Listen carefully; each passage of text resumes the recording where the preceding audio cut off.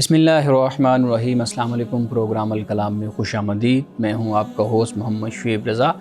ناظرین کرام، پروگرام کے پہلے حصے میں ہم قرآن کریم کی کچھ آیات کو سمجھنے کی کوشش کرتے ہیں اور دوسرے حصے میں اپنے عہد کے نمائندہ سیاسی، سماجی، مذہبی موضوعات پہ پیدا ہونے والے سوالات کے جوابات ایک نئے نقطہ نظر سے جاننے کی کوشش کرتے ہیں۔ حسب سابق ہمارے ساتھ شریک گفتگو ہیں جناب محمد امانت رسول صاحب۔ امانت صاحب، بہت شکریہ آپ کے وقت کا۔ میری معاونت کے لیے موجود ہیں جناب شارق رسول۔ شارق، تھینک یو سو مچ۔ ناظرین کرام، آپ کی سکرین پہ ہمارا واٹس ایپ نمبر آ رہا ہوگا، آپ اپنے سوالات اس واٹس ایپ نمبر پر بھیج سکتے ہیں، ہم انشاءاللہ آپ کے سوالات کو ضرور ایڈریس کریں گے۔ امان صاحب، سورۃ الاعراف اور سورۃ الاعراف کی ہم نے 93 نمبر آیت تک ہم نے گفتگو کی تھی، آج 94 سے شروع کرنا ہے، اپنے گفتگو کا آغاز کیجیے گا۔ بسم اللہ الرحمن الرحیم۔ آیت نمبر 94 سے آغاز کرنے سے پہلے ایک بات میں عرض کرتا چلوں، وہ یہ ہے کہ سورۃ الاعراف میں ابھی تک ہم نے چند انبیاء علیہم السلام کے انکار کرنے والوں کا انجام، تکذیب کرنے والوں کا انجام ہم نے پڑھا ہے۔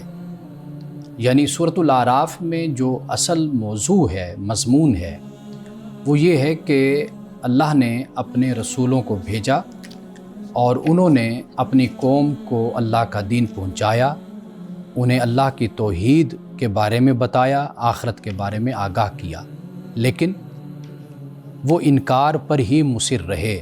پھر ان کا انجام یہ ہوا کہ اللہ کی طرف سے عذاب اترا اتمام حجت کے بعد۔ یہ اصل سورۃ الاعراف میں جو بیان کیا گیا، یہ اس کا خلاصہ ہے۔ اب ان چند آیات کے بعد جو اب ہم پڑھنے والے ہیں، حضرت موسیٰ علیہ السلام کا ذکر شروع ہوتا ہے، اور وہاں پر بھی ہم یہی دیکھیں گے کہ حضرت موسیٰ علیہ السلام کا واقعہ تفصیل سے بیان کرنے کے بجائے فوکس کیا گیا ہے سزا پر، عذاب پر، حضرت موسیٰ علیہ السلام کے معجزات پر۔ تو اب اس کے درمیان کہ حضرت شعیب علیہ السلام کا ذکر ہوا، حضرت شعیب کے بعد اب چند آیات ہیں کہ جو اللہ سبحانہ و تعالیٰ نے کفار کو، مشرکین کو اور انسانوں کو آگاہ کیا ہے کہ بھئی پہلے حضرت شعیب علیہ السلام اور دیگر انبیاء رسول کی تاریخ تمہارے سامنے ہے۔ اب یہ آگاہی کے لیے درمیان میں چند آیات ہیں، پھر اس کے بعد حضرت موسیٰ علیہ السلام کا واقعہ شروع ہوگا۔ فرمایا وَمَا أَرْسَلْنَا فِي قَرْيَةٍ مِّن نَبِيٍّ إِلَّا أَخَذْنَا أَهْلَهَا بِالْبَأْسَاءِ وَالضَّرَّاءِ لَعَلَّهُمْ يَضَّرَّعُونَ۔ اور ہم نے جس بستی میں بھی کوئی نبی بھیجا، اس کے باشندوں کو ہم نے سختی اور تکلیف میں مبتلا کیا تاکہ وہ گڑ گڑائیں۔ یعنی انسانی زندگی میں جو کبھی تنگ دستی آتی ہے، کبھی پریشانی آتی ہے، تو اس پریشانی میں، تنگ دستی میں انسان کو اللہ کی طرف متوجہ ہونا چاہیے، توبہ کرنی چاہیے، استغفار کرنا چاہیے۔ تو گویا کہ یہ ایک موقع انسان کو دیا جاتا ہے کہ وہ اپنے رب کی طرف متوجہ ہو جائے۔ اس کے بعد فرمایا کہ ثم بدلنا۔ ہاں ناظرین کرام، ایک بات یہ بھی سمجھ لیجئے کہ باسا سے مراد کیا ہوتا ہے اور درا سے مراد کیا ہوتا ہے۔ باسا سے مراد یعنی ترجمے میں تو ہم سختی اور تکلیف کر دیتے ہیں، لیکن باسا در حقیقت جو مالی نقصان ہوتا ہے، مالی آزمائش ہوتی ہے، یہ باسا میں بیان ہوتی ہے۔ اور درا اس سے مراد جسمانی یا جانی جو نقصان ہوتا ہے، یا کوئی آفت ہوتی ہے، مصیبت ہوتی ہے، درا سے مراد وہ ہے۔ اب فرمایا کہ ثم بدلنا مکان السیئۃ الحسنۃ حتی عفوا وقالوا قد مس آباءنا الضراء والسراء فاخذناہم بغتۃ وہم لا یشعرون۔ اور پھر ہم نے دکھ کو سکھ سے بدل دیا، یعنی پہلے بات کی سختی اور تکلیف کی، اب یہاں پر دکھ کو سکھ سے بدل دیا، یعنی اب سکھ آ گیا زندگی میں، خوشحالی۔ یہ بھی اللہ کی طرف سے آزمائش ہے۔ فرمایا یہاں تک کہ انہیں خوب ترقی ہوئی، خوب وہ پھلے پھولے، خوشحال ہوئے، اور وہ کہنے لگے کہ تکلیف اور خوشی تو ہمارے باپ دادوں کو بھی پہنچتی رہی ہے۔ یعنی انہوں نے اس کو خدا کی طرف سے کوئی سبق نہیں سمجھا، کوئی نصیحت نہیں سمجھا، کوئی وارن کرنے کا ایک سبب اور ذریعہ نہیں خیال کیا، بلکہ کہا کہ یہ تو ہمارے باپ دادوں کو بھی اس طرح پہنچتی رہی ہے۔ پھر ہم نے ان کو اچانک پکڑ لیا اور اس کا وہ خیال بھی نہیں کرتے تھے، گمان بھی نہیں کرتے تھے، انہیں شعور بھی نہیں تھا کہ یہ خدا کی طرف سے ہے، اور در حقیقت یہ آزمائش اور امتحان ہے تاکہ ہم سنبھل جائیں۔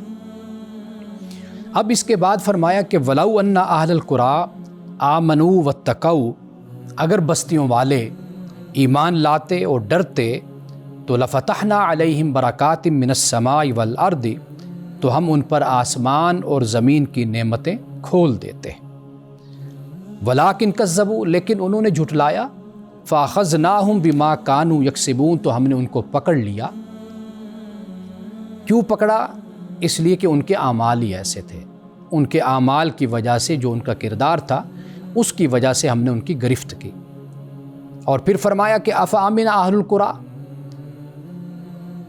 کہ کیا بستی والے بے خوف ہو گئے، أَن يَأْتِيَهُمْ بَأْسُنَا بَيَاتًا وَهُمْ نَائِمُونَ، کہ یہ جو بے خوف ہو گئے ہیں کہ ان پر ہمارا عذاب رات کے وقت آ پڑے جب کہ وہ سوتے ہوں۔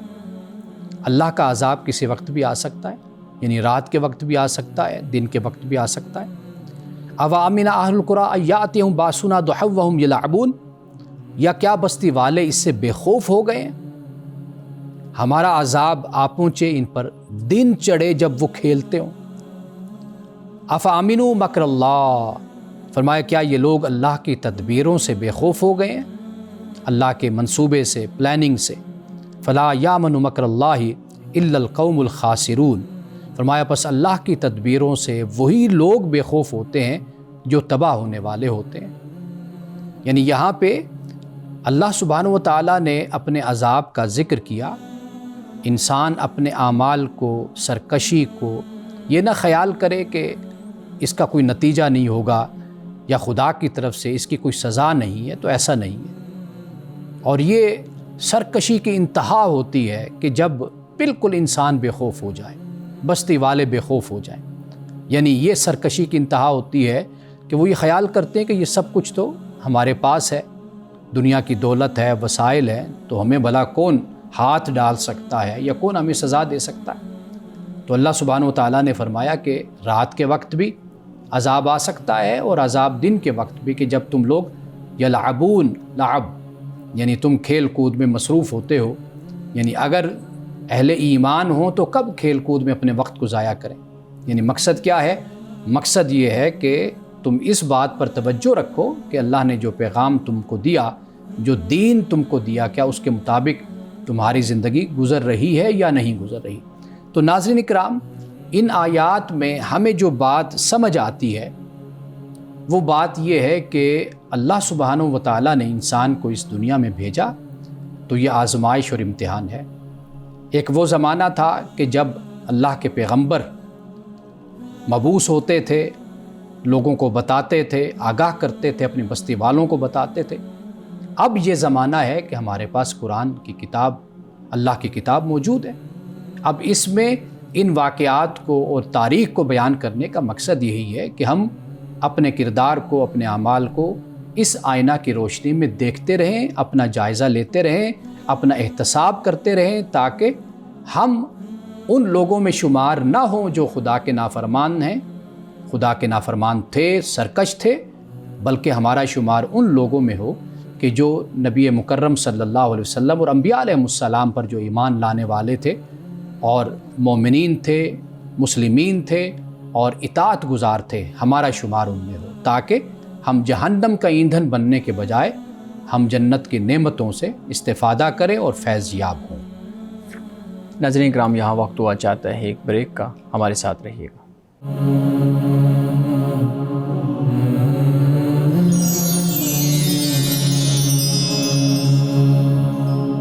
ویلکم بیک ناظرین۔ امان صاحب، یہ جو آیات تھیں یہ آپ نے بیان کیا کہ پہلے چونکہ انبیاء کا ذکر آ چکا تھا اور سزاؤں کو بیان کر دیا گیا تھا، اب باقاعدہ طور پہ پھر ان آیات کے ذریعے بتایا جا رہا ہے، جو سبق ہے اس پہ توجہ دلائی جا رہی ہے۔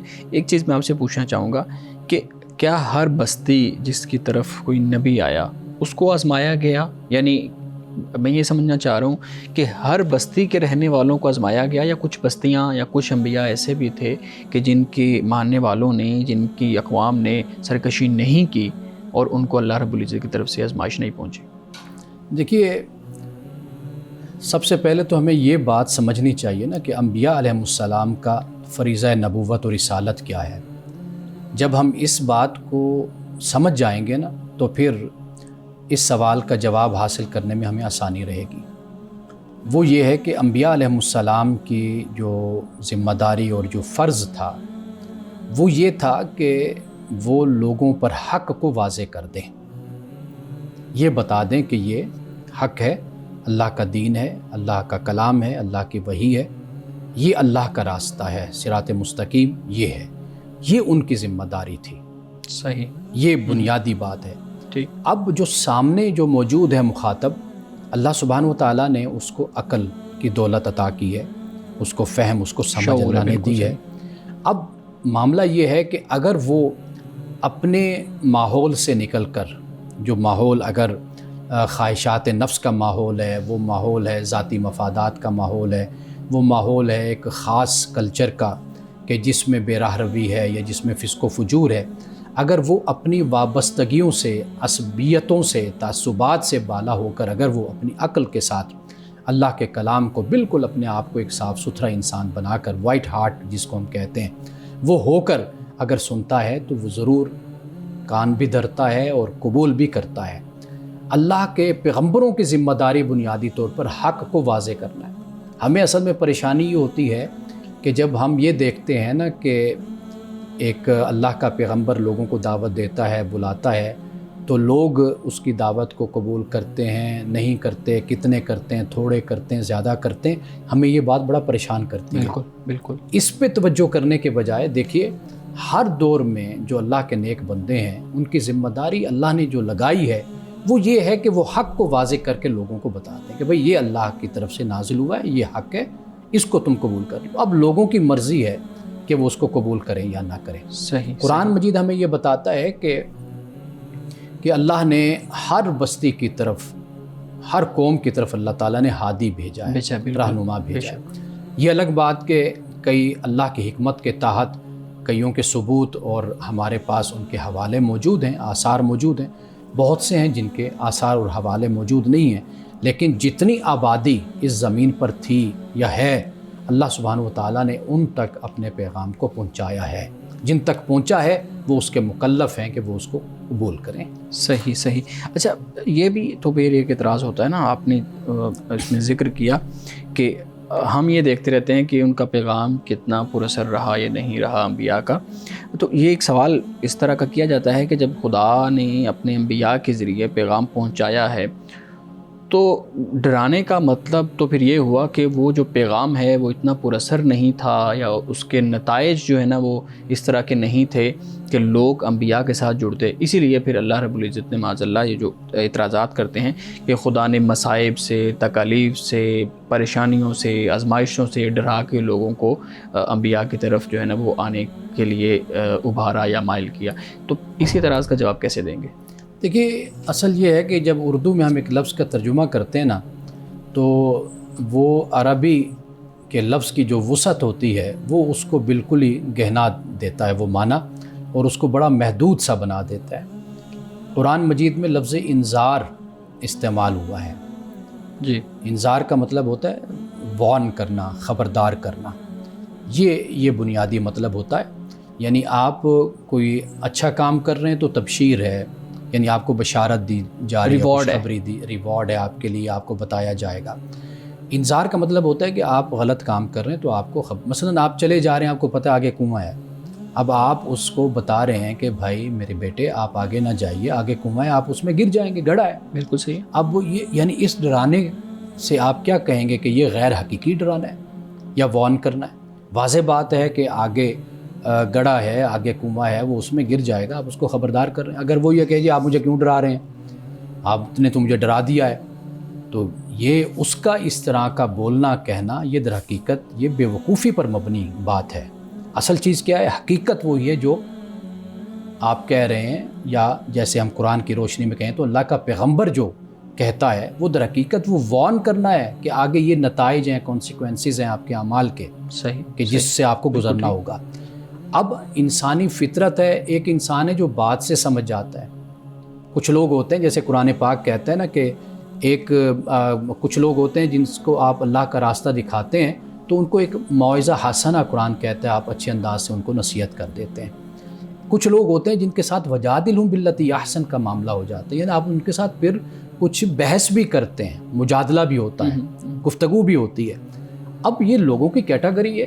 اب معاملہ یہ ہے کہ ایسے لوگ بھی اتنے سرکش ہیں کہ وہ کسی آفت کے بغیر بات کو سمجھتے نہیں ہیں۔ ان کی زندگی میں کوئی آزمائش آئے، کوئی تکلیف آئے، ہم نے اب بھی دیکھا ہے کہ ایک شخص ہے اتنا سرکش ہے، اس کی زندگی میں کبھی بیماری نہیں آئی، اب وہ صحت مند ہے۔ ایون کہ کئی ایسے لوگ ہیں جن کو بخار بھی نہیں ہوتا، نزلہ بھی نہیں ہوتا، ساری زندگی فٹ فاٹ رہتے ہیں۔ اچھا پھر اس کا نتیجہ کیا ہوتا ہے؟ خدا کا انکار، کوئی تکلیف نہیں ہے زندگی، وہ اس چیز کو سمجھ نہیں سکتے۔ اچھا پھر ایسے بھی دیکھا کہ جب ان کی زندگی میں کوئی تکلیف آئی تو فوراً وہ خبردار ہو گئے، اپنے رب کی طرف پلٹے اور اپنی گزشتہ زندگی اور ماضی پر انہوں نے اللہ سے معافی مانگی، توبہ کی۔ تو میرا خیال ہے کہ انسان کے ساتھ جو خدا معاملہ کرتا ہے یا قوم کے ساتھ، وہ اللہ ان کی نفسیات کے مطابق ہی ان کے معاملے کو آگے لے کر چلتا ہے۔ اس پہ تو ہمیں قرآن کریم میں بھی وہ واضح طور پہ دلیل ملتی ہے نا کہ جب انسان پہ تکلیف اور مصیبت آتی ہے تو وہ پھر خدا کی طرف لوٹتا ہے، اور جب وہ ختم ہو جاتی ہے تو پھر وہ اپنے معاملات میں لگ جاتا ہے۔ بالکل شارق، آپ سوال کرنا چاہ رہے ہیں۔ عام انسانی زندگی میں جب انسان پر آزمائش آتی ہے اللہ کی طرف سے تو وہ کتنی دیر کے لیے ہوتی ہے اور کب ختم ہوتی ہے؟ دیکھیے جو انسانی زندگی میں آزمائش آتی ہے نا، سب سے پہلے تو یہ بات ہمیں ذہن میں رکھنی چاہیے، یہ اسلامی عقیدہ ہے، بنیادی بات ہے، وما هم بضارین بہ من احد الا باذن اللہ، کہ جو بھی تکلیف آتی ہے وہ اللہ کے حکم سے انسان کی زندگی میں آتی ہے۔ اب اس کی ایک صورت تو یہ بن جاتی ہے کہ جیسے اگر کوئی جسمانی تکلیف ہے تو انسان علاج کی طرف متوجہ ہوتا ہے، تو وہ ایک سبب، ایک ذریعہ انسان کی تکلیف کو دور کرنے کا باعث بن جاتا ہے۔ ہاں اگر اللہ سبحانہ و تعالیٰ نے اس کے لیے اس میں شفا نہیں رکھی تو پھر اس کے لیے وہ تکلیف، آزمائش اور امتحان کی صورت اختیار کر لیتی ہے۔ اب اس میں بھی اس کا یہ امتحان ہوتا ہے کہ وہ اس میں صبر کرتا ہے یا نہیں کرتا، یا نوبت شکوے تک آ جاتی ہے۔ تو ہم کسی تکلیف کو، کسی آفت کو، کسی چیز کو ہم اس طرح پابند نہیں کر سکتے، یہ نہیں کہہ سکتے کہ وہ کب تک ہے، لیکن اللہ کی بارگاہ میں انسان کا دعا کرنا، التجا کرنا، گریہ وزاری کرنا، وہ اس تکلیف کو ٹالنے کا باعث بھی بن جاتا ہے، اور اس تکلیف میں رہتے ہوئے اس کے لیے آئندہ زندگی کے لیے اجر کا بھی، اور قیامت کی اور آخرت کی سختیوں کے بدلے میں یہ سختی جو دنیا میں وہ اٹھاتا ہے اس کا بدل بھی بن جاتا ہے کہ اللہ اس کے لیے آخرت میں پھر آسانیاں پیدا فرما دیتا ہے۔ کیا تکلیف کو ختم کرنے کا باعث بھی بن سکتا ہے؟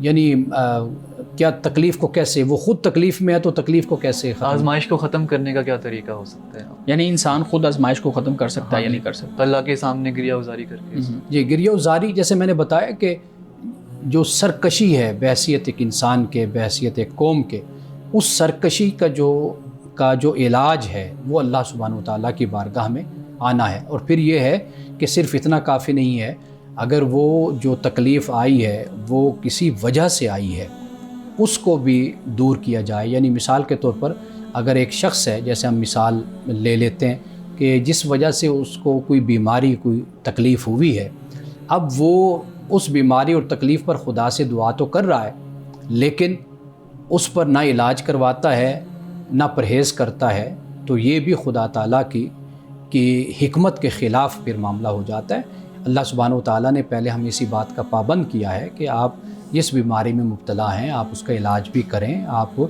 اس میں پرہیز بھی کریں، اور پھر خدا تعالیٰ سے دعا بھی کریں، تو یہ دونوں چیزیں پھر ساتھ ساتھ چلتی ہیں۔ ناظرین کرام، یہاں وقت ہوا چاہتا ہے ایک بریک کا، ہمارے ساتھ رہیے گا۔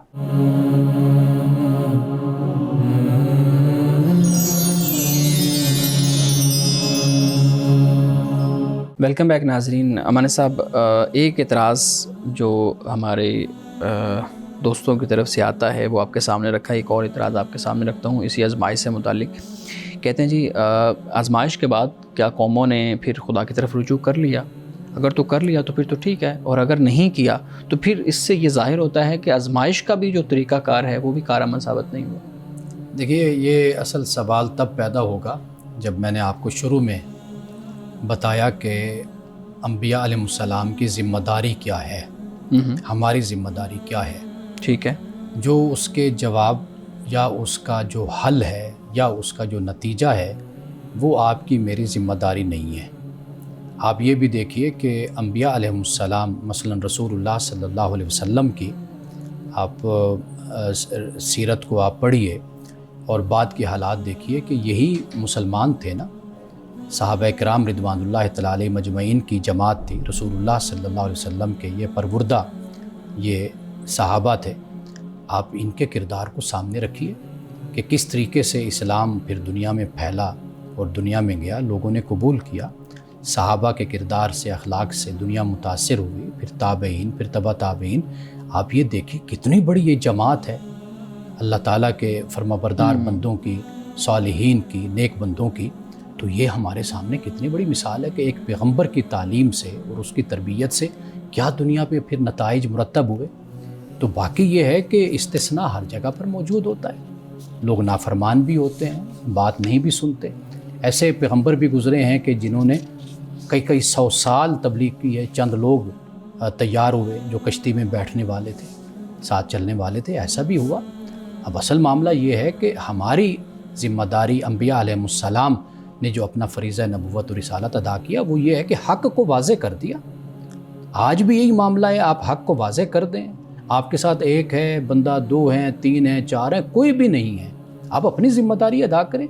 یہ جو آگے ہم بات شروع کر دیتے ہیں نا کہ بھئی کتنا مجمع آ گیا، اب اسی مجمع نے در حقیقت ہماری اس سائیکی نے اصل میں نتائج نہیں ہمارے سامنے پیدا کیے. آج بھی آپ دیکھ لیجئے کہ بڑے بڑے مجمع اور بڑے بڑے اجلاس اور جلسے ہوتے ہیں لیکن سوسائٹی وہیں کی وہیں کھڑی ہو، بلکہ اور نیچے گراوٹ اور پستی کا شکار ہوتی ہے. تو میرا خیال ہے کہ اصل جو مشن اور کام ہے وہ ہمیں سمجھنا چاہیے. وہ یہ ہے کہ جو بات حق ہے، سچ ہے، وہ ہماری ذمہ داری ہے، وہ ہم لوگوں تک پہنچا دیں. تو یہ irrelevant بات ہو جاتی ہے کہ اس کے اثرات کیا نکلے کیا نہیں نکلے. بہت اچھے بھی نکلے، اس پر بھی تاریخ میں بڑے ثبوت ہمارے لیکن پاس اس پہ توجہ نہیں جاتی، اس طرف نہیں. اعتراض کرنے کے لیے پھر یہ بات اٹھا لیتے ہیں، کہیں پر کم بھی ہیں. دونوں طرف ہم یہ بات دیکھتے ہیں، یہ اللہ کی مشیت ہے، اس کی حکمت ہے. بالکل ٹھیک ہے. اچھا ہم جب بات کر رہے تھے کہ بالبأساء والضراء، جی، کہ ان کو آپ نے کہا کہ مالی اور جسمانی جی، جو مصائب ہیں اس سے ان کو آزمایا گیا، ان کی طرف وہ بھیجے گئے. پھر ایک اور سوال اعتراض یہ پیدا ہوتا ہے، یہ وہ سارے اعتراضات ہیں جو عام طور پہ ہمارے ہاں کیے جاتے ہیں کہ جی جو مصائب ہیں، سختیاں ہیں، یہ تو اصل میں ان کے ایمان نہ لانے کی وجہ سے آئی تھیں، پیغمبروں کو جھٹلانے کی وجہ سے ان پہ آئی تھیں، خدا کا انکار کرنے کی وجہ سے آئی تھیں. تو پھر اس میں یہ جو آپ نے کوشش کرنے کا جو بتایا ہے کہ انسان کوشش کرے، جیسے بیماری آتی ہے، جیسے اس پہ سختی آتی ہے تو وہ خود کوشش کرے اس سے نکلنے کی، تو آئی وہ انکار کی وجہ سے ہے، تو ختم کیسے کوشش سے ہوگی؟ پھر کوشش ختم بھی تو اس صورت میں ہونی چاہیے کہ خدا کا جو ہے نا وہ اقرار کر لیا جائے اور آزمائش ختم ہو جائے. دیکھیے جو شارق نے سوال کیا تھا نا وہ ہماری عام زندگی سے متعلق سوال تھا کہ کوئی ہماری زندگی میں تکلیف آتی ہے، کوئی آزمائش، کوئی بیماری آتی ہے تو اس سے ہم کس طرح نپٹیں اور کس طرح وہ ختم ہو. تو وہ ایک عام سوال تھا. ٹھیک ہے. جو آپ سوال کر رہے ہیں اس کا خاص ایک بیک گراؤنڈ ہے، یعنی انبیاء علیہ السلام رسول اللہ کے جو پیغمبر ہیں وہ زمین پر، یعنی وہ انہوں نے نبوت کا اعلان کیا ہے، اللہ کی وحی اترتی ہے اور حق واضح احقاق حق کیا گیا ہے، واضح کیا گیا ہے. یہ ان لوگوں سے متعلق یہاں پر بات کہی جا رہی ہے. جیسے میں نے شروع میں یہ بات کہی تھی کہ لوگوں کو ہم کیٹاگرائز کرتے ہیں، ان کی کیٹاگری ہوتی ہے نا، تو یہاں پر یہی معاملہ ہے کہ ایسا ہوا کہ جو لوگ تکلیف میں آئے، باسا اور درا میں آئے، ان میں سے بہت سے لوگوں نے پھر رجوع بھی کیا اللہ کی طرف. ایسے لوگ بھی تھے، یعنی ان کی سرکشی ختم ہو گئی، ان کے دل نرم ہو گئے، وہ خدا کی طرف متوجہ ہو گئے. تو اس طریقے سے جب ہم لوگوں کو درجوں میں تقسیم کرتے ہیں تو اس حساب سے آپ دیکھیے کہ شروع میں ایمان لانے والے بھی ہوتے ہیں. قرآن پاک نے ہمیں اس کے بارے میں بتایا. آپ صحابہ کی پوری جماعت کو دیکھ لیجئے کہ وہ بھی تھے کہ جو پہلے دن ایمان لے آئے، وہ بھی تھے جو فتح مکہ کے موقع پر ایمان لائے، وہ بھی تھے جو فتح مکہ کے بعد بھی ایمان لائے. بالکل. تو یہ جو سختیاں ہیں، یہ جو مصائب ہیں، یہ انسانی زندگی میں پیغمبر کے مخاطبین میں بھی آئے اور پھر جن کو جس وقت ایمان نصیب ہوا وہ بھی ہمیں معلوم ہوتا ہے کہ وہ جیسے جیسے آگے بڑھتے چلے گئے لوگ ایمان میں داخل ہوتے چلے گئے۔ ہم کیسے آئیڈینٹیفائی کریں کہ یہ والی جو چیز ہے، یہ والی سختی ہے وہ آزمائش ہے؟ مثال کے طور پہ ایک مالی معاملات میں سختی ایک شخص پہ آتی ہے، وہ اس کو محسوس کرتا ہے، لیکن اسی طرح کی اگر معاملہ کسی دوسرے شخص پہ آتا ہے تو وہ اس کو محسوس نہیں کرتا، کیونکہ اس کے پاس پیسے کی فراوانی ہے، اس کے پاس چیزوں کی وسائل کی فراوانی ہے۔ تو ہم کیسے یہ آئیڈینٹیفائی کریں کہ کون سی آزمائش ہے اور کون سی روٹین کی زندگی کی چیز ہے؟ دیکھیے، انسانی زندگی میں آزمائش ہی اصل بنیاد ہے۔ انسان کو اللہ تعالیٰ نے پیدا کیا ہے دنیا میں، وہ آزمائش ہی کے لیے پیدا کیا۔ اچھا، قرآن پاک نے اس کو واضح طور پر بیان کر دیا ہے۔ سورۃ الملک کی پہلی آیت میں ہی الذی خلق الموت والحیات لیبلوکم ایکم احسن عملا، کہ اس زندگی اور موت کو اس نے پیدا کیا ہے تاکہ وہ تم کو آزمائے۔ زندگی اور موت اور پھر اس کا آزمانا، یہ بنیاد ہے۔ اب انسانی زندگی میں جو چیز بھی ہے وہ آزمائش ہے، وہ امتحان ہے۔ آپ آزمائش کو شاید یہ سمجھ رہے ہیں کہ آزمائش کوئی سزا ہے، سزا نہیں ہے۔ یہ نیک انسان کی زندگی میں بھی ہے اور یہ برے انسان کی زندگی میں بھی ہے۔ اچھے انسان کو خدا کی طرف مزید متوجہ کرتی ہے، وہ شکر بھی ادا کرتا ہے، صبر بھی کرتا ہے۔ اسی طرح جو شخص نافرمان ہے اس کی زندگی میں کوئی آزمائش، کوئی امتحان آتا ہے، وہ اس بنیاد پر ہے کہ وہ خدا کی طرف متوجہ ہو، اس خدا کی طرف آئے، توبہ کرے، استغفار کرے، یہ اس مقصد کے لیے۔ لیکن پھر جو کہا جاتا ہے کہ بے شک ہر مشکل کے بعد آسانی ہے، تو وہ کس نوعیت کی آزمائش ہے اگر زندگی ہی آزمائش ہے تو؟ دیکھیے، تکلیف کے بعد قرآن پاک نے بیان کیا فَإِنَّ مَعَ الْعُسْرِ يُسْرًا، إِنَّ مَعَ الْعُسْرِ يُسْرًا۔ ایک تو رسول اللہ صلی اللہ علیہ وسلم کے لیے اس میں تسلی ہے، یعنی سورۃ الانشراح میں اللہ سبحانہ و تعالیٰ نے اس بات کو بیان کیا ہے۔ تو یہ ایک حقیقت ہے کہ آپ مثال کے طور پر اپنی زندگی میں سٹرگل کر رہے ہیں، محنت کر رہے ہیں۔ اس سٹرگلنگ ٹائم میں آپ کی زندگی میں تنگی بھی ہوتی ہے، پریشانی بھی ہوتی ہے، سب کچھ چلتا ہے، لیکن پھر ہوتا کیا ہے؟ اس کے بعد پھر اللہ تعالیٰ آپ کی زندگی میں سہولت کو پیدا کر دیتے ہیں۔ ہم نے دیکھا ہے بہت سے خاندانوں کو، لوگوں کو، کہ جو غربت میں پلے بڑے، ہمارے اپنے رشتہ دار، جاننے والے، چھوٹے سے گھر میں انہوں نے آغاز کیا، رہتے تھے، تعلیم حاصل کی، وقت نے ثابت کیا، انہوں نے محنت اپنی مسلسل جاری رکھی۔ آج وہ بہت بڑی ڈاکٹر ہیں، یعنی یورپ میں، امریکہ میں وہ اس وقت ہیں۔ ہم نے دیکھا کہ ان زندگی انہوں نے کیسے شروع کی تھی۔ تو اس طرح کی بہت سی چیزیں ہم مشاہدہ کرتے ہیں کہ انسان کی زندگی میں مشکلات ہوتی ہیں، پھر اس کے بعد اللہ تعالیٰ آسانیاں بھی پیدا کر دیتا ہے، بشرطے کہ انسان کی ڈائریکشن، سمت انسان کی درست ہونی چاہیے۔ صحیح۔ اچھا، ایک پھر یہ بھی بتائیے گا کہ ہم یہ جو آسانی کا معاملہ ہے، مشکل کے بعد آسانی، اس کو ہم اچھے طریقے سے کیسے سمجھ سکتے ہیں؟ مثال کے طور پہ ہمارے ہاں جب آسانی ہو جاتی ہے، جب مشکل ٹل جاتی ہے، تو لوگوں کا رویہ پھر اسی طرح کا ہو جاتا ہے، جس پہ ہم نے کچھ پہلے بھی بات کی تھی کہ لوگ اس چیز کو نہیں سمجھتے کہ کیسے معاملہ کرنا ہے۔ آپ بتائیے، لوگوں کے لیے کیا آپ نصیحت کریں گے، تلقین کریں گے کہ جب مشکل کے بعد آسانی آ گئی ہے تو وہ اپنا قبلہ کیسے درست رکھیں، خدا کے ساتھ اپنا تعلق کیسے مضبوط رکھیں؟ یہ حالت جو ہے نا، یہ بہت مشکل حالت ہوتی ہے، یعنی جب انسان آسانی میں ہو، سہولت میں ہو، پیسے میں ہو اور خوشحالی ہو، تو اس وقت اپنے خدا کو یاد رکھنا، خدا کی طرف متوجہ ہونا، یہ ایک واقعی بڑا انسان کی زندگی میں مشکل وقت ہوتا ہے۔ قرآن پاک نے اس کو بیان کیا ہے کہ فَإِذَا رَاكِبُوا فِي الْفُلْكِ دَعَوُا اللَّهَ مُخْلِصِينَ لَهُ الدِّينَ، کہ جب یہ لوگ کشتی میں سوار ہوتے ہیں تو اللہ کے دین کو بڑا مخلص ہو کر اللہ کو پکارتے ہیں، آواز دیتے ہیں۔ فلما نجاہم الی البر، جب اللہ تعالیٰ ان کو خشکی پہ اتار دیتا ہے، نجات دے دیتا ہے، اذا ہم یشرکون، تو یہ پھر شرک کرنے لگ جاتے ہیں۔ تو یہ انسان کی ایک بڑی کمزوری بھی ہے۔ قرآن پاک نے بیان کیا ہے کہ ظلوم ہے، جہول ہے، عجول ہے، یہ قرآن پاک نے بیان کیا نا، یہ بھی انسان کی شخصیت کا ایک حصہ ہے، یہ چیز بھی کہ جب سہولت میں آئے تو اس سے اسی بات ہی کا اندیشہ اور خدشہ ہوتا ہے کہ یہ اپنے خدا کو بھولے گا۔ تو یہ انسان کی کمزوریوں میں سے کمزوری سمجھ لیں، یہ اس کو بھی آزمائش ہی کے طور پر آپ سمجھ لیں۔ لیکن جب انسان خوشحالی میں ہو تو اللہ کو یاد رکھنا یا یاد کروانا، یہ ایک پھر معاملہ ہوتا ہے کہ وہ انسان اپنے آپ کو اپنے رب کی طرف لائے، اور اس لمحے میں اگر وہ اپنے خدا کو یاد کرتا ہے، خدا کی طرف متوجہ ہوتا ہے، تو اس پر جو اجر و ثواب اور خدا کی طرف سے جزا ہے وہ پھر اس کے لیے بہت بڑی ہے۔ ناظرین کرام، یہاں وقت ہوا چاہتا ہے ایک بریک کا، ہمارے ساتھ رہیے گا۔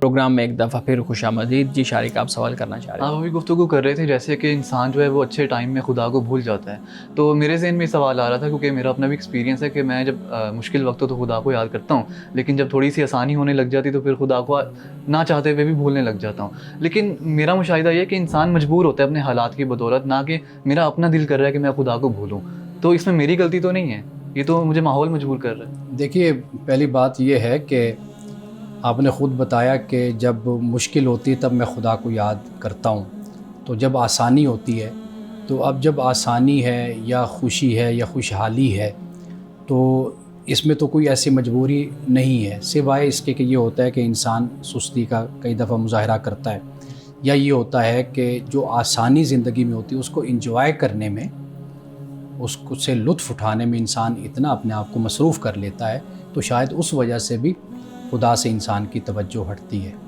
اچھا، یعنی توجہ ہٹنا یا غفلت میں انسان مبتلا ہو جاتا ہے، تو یہ میں نے آپ کو بتایا کہ یہ تو انسان کے عوارض میں سے ایک عارضہ ہے نا، یعنی انسان کی فطرت کہہ لیجئے، اس کی عادت۔ جیسے اب قرآن پاک دیکھیے نا کہ سورۃ الاحزاب میں اللہ سبحانہ و تعالیٰ نے اس بات کو بیان کیا کہ یہ جو امانت ہے، یعنی یہ جو اختیار ہے، یہ ہم نے آسمانوں اور زمین پر بھی اور پہاڑوں پر بھی اتارا، تو کسی نے قبول نہیں کیا، انکار کر دیا، وہ ڈر گئے، انسان نے اٹھا لیا۔ اللہ نے کہا کہ انسان ظلوم اور جہول ہے، ظالم اور جاہل، اللہ تعالیٰ نے کہا۔ کیوں؟ اس لیے کہ واضح بات ہے کہ جہاں پر اختیار ہوگا وہاں پر پھر یہ کمزوریاں اگر نہ ہوتی تو پھر امتحان کیسا ہوتا؟ بالکل۔ تو اس لیے اللہ سبحانہ و تعالیٰ نے جب انسان کو اختیار دیا تو ان اختیارات کے ساتھ جہاں پر اللہ نے عدل کا راستہ دکھایا، انصاف کا راستہ دکھایا، احسان کا راستہ دکھایا، وہاں پر یہ عوارض بھی انسان کے ساتھ موجود ہیں۔ اس کی وجہ سے انسان کبھی سستی اور کبھی غفلت کا شکار بھی ہوتا ہے، لیکن قرآن پاک نے اس مسئلے کو اس طریقے سے حل کر دیا۔ قرآن نے کہا یتوبون من قریب، کہ جیسے وہ کبھی غفلت کا، سستی کا یا کوئی ایسا کام ان سے ہو جاتا ہے تو اس کے فوری بعد پھر اپنے خدا کی طرف پلٹتے ہیں۔ یہ بڑی اہم بات ہے۔ ایک تو ہے نا سرکشی، غفلت، بس اسی میں پڑے ہی رہنا، کبھی متوجہ نہ ہونا۔ ایک ہے کہ انسان سے غفلت ہونا، پھر اس کے بعد فوری طور پر اپنے خدا کی طرف متوجہ ہونا۔ یہ اس مسئلے کو اللہ جانتا ہے نا، انسان کو اللہ نے پیدا کیا ہے کہ یہ کمزور ہے، تو اللہ تعالیٰ نے پھر اس کا حل بھی ساتھ ذکر کر دیا کہ غلطی ہونا یہ انسان سے ہوگی، خطا ہوگی، گناہ ہوگا، لیکن فوراً پلٹنا اللہ نے یہ راستہ دکھا دیا کہ اگر تم فوراً توبہ کر لو تو میں تمہاری توبہ کو قبول کر لیتا ہوں۔ اچھا، یہ بتائیے گا کہ انسان کے اندر جو کمزوریاں رکھی ہیں وہ کیوں ہیں؟ مثال کے طور پہ اللہ رب العزت نے انسان کو بہترین تخلیق اور بہترین شکل و صورت کے ساتھ لقد خلقنا الانسان فی احسن تقویم، یہ بھی ایک طرف ہمیں ملتی ہے، دوسری طرف ہمیں ملتا ہے ظلوما جہولا۔ تو یہ تو تضاد نہیں ہے کہ ایک طرف بہترین تخلیق ہے، دوسری طرف اس کے اندر یہ چیزیں بھی رکھتی ہیں، اور پھر سوال یہ پیدا ہوتا ہے کہ یہ چیزیں رکھی ہی کیوں ہیں؟ آخر پرفیکٹ پیدا کر دیتے۔ دیکھیے، جو اللہ نے انسان کو احسن تقویم کہا نا، وہ تو انسان کا ظاہری حسن ہے، ٹھیک ہے نا جی، انسان کا ظاہری حسن ہے۔ آپ انسان کی صورت کو، شکل کو آپ دیکھیں گے تو آپ یہ نہیں کہہ سکتے کہ یہ آنکھیں یہاں پر نہیں ہونی چاہیے تھی، یہ ماتھے پہ ہوتی، یہ کان اس کے ناک کی جگہ ہوتا ہے، یا ناک اس کے کانوں کی جگہ ہوتا ہے۔ یہ احسن تقویم ہے کہ انسان کے اعضاء، اس کی ٹانگیں، اس کی آنکھیں، اس کا چہرہ، جہاں پہ جو ہونا چاہیے اللہ تعالیٰ نے وہیں پر ہی اس کو بنایا ہے، ٹھیک ہے۔ ایک یہ بات ہے۔ دوسری بات یہ ہے کہ میں پہلے اس سوال کے حوالے سے ایک یہ جز بیان کر چکا ہوں کہ جہاں پر اختیار ہوگا اس اختیار کی آزمائش بھی ہوگی، اس کے ساتھ پھر پازیٹیو اور نیگیٹو دونوں باتیں بھی پھر ساتھ چلیں، یعنی جواب دہی ہے اور پھر جواب پازیٹیو دہی نیگیٹو ہے، یعنی دونوں چیزیں۔ اختیار پھر کس چیز کا ہوتا اگر انسان مجبور محض ہوتا؟ ٹھیک، یعنی یہ اسی اختیار ہی کی وجہ سے ہے نا کہ یہ کمزوری بھی انسان کے اندر موجود ہے کہ وہ ظلوم اور جہول ہے، وہ عجول ہے، تو اسی پر ہی تو کنٹرول کرنا ہے، اسی پر تو اس کا امتحان ہے، اسی کا تو اسے اختیار ہے۔ اور پھر دوسری طرف عقل کی دولت اللہ نے عطا کی، اللہ تعالیٰ نے وحی بھیجی تاکہ اس کی روشنی میں پھر وہ اپنے آپ کا فیصلہ کرے کہ میں نے کون سا راستہ اپنے لیے منتخب کرنا ہے۔ صحیح۔ مولانا صاحب آج کی حدیث مبارکہ بیان کیجیے گا۔ آج کی حدیث حضرت عبداللہ ابن مسعود رضی اللہ تعالی عنہ سے روایت ہے۔ آپ کہتے ہیں کہ میں نے رسول اکرم صلی اللہ علیہ وسلم سے پوچھا کہ اے اللہ کے رسول، کون سا عمل اللہ کو زیادہ پسند ہے؟ آپ نے فرمایا نماز کو اس کے وقت پر ادا کرنا۔ میں نے پھر عرض کی اس کے بعد کون سا؟ آپ نے فرمایا کہ پھر والدین کے ساتھ حسن سلوک کرنا۔ پھر میں نے اس کے بعد پوچھا تو آپ نے فرمایا کہ اللہ کے راستے میں جہاد کرنا، یعنی نماز اپنے وقت پر ادا کرنا اور دوسرا والدین کے ساتھ حسن سلوک کرنا۔ قرآن مجید نے اس کو اس طرح بیان کیا کہ تیرے رب نے فیصلہ کر دیا کہ اس کے سوا کسی کی عبادت نہیں کرنی اور والدین کے ساتھ احسان کرنا ہے۔ اور میں اسی کی نصیحت ہمیشہ نوجوانوں کو کرتا ہوں کہ ان دو باتوں کا اہتمام کریں، ایک نماز کا اور دوسرا اپنے والدین کے ساتھ حسن سلوک سے پیش آئیں۔ ناظرین کرام، اس دعا کے ساتھ اپنے پروگرام کا اختتام کریں گے۔ اللہ رب العزت حسن کلام اور تاثیر کلام عطا فرمائی، ہماری زبان کی گروں کو کھول دے اور سننے والوں تک خیر کا پیغام پہنچے۔ اجازت دیجیے، خدا حافظ۔